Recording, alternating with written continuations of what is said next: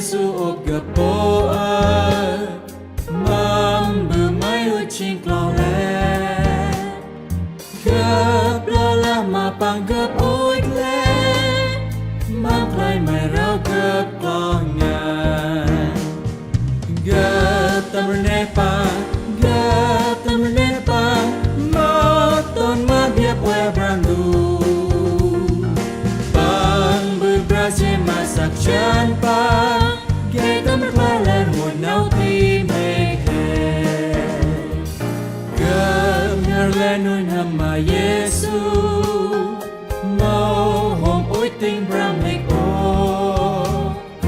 gap yang ku dapramendel Yesu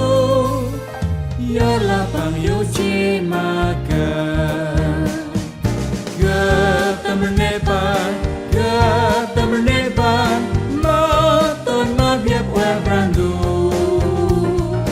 pang bebrasi masak chanpa kay tamrklalan mo nau ti mekhe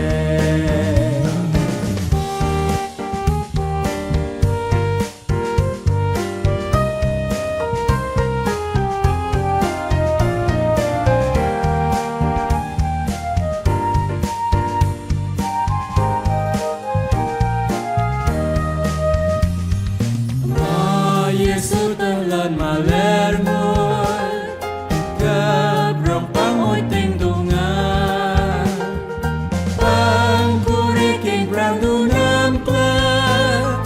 kabasam sam kal phung he gap tamrne pang maton mabiap we brandu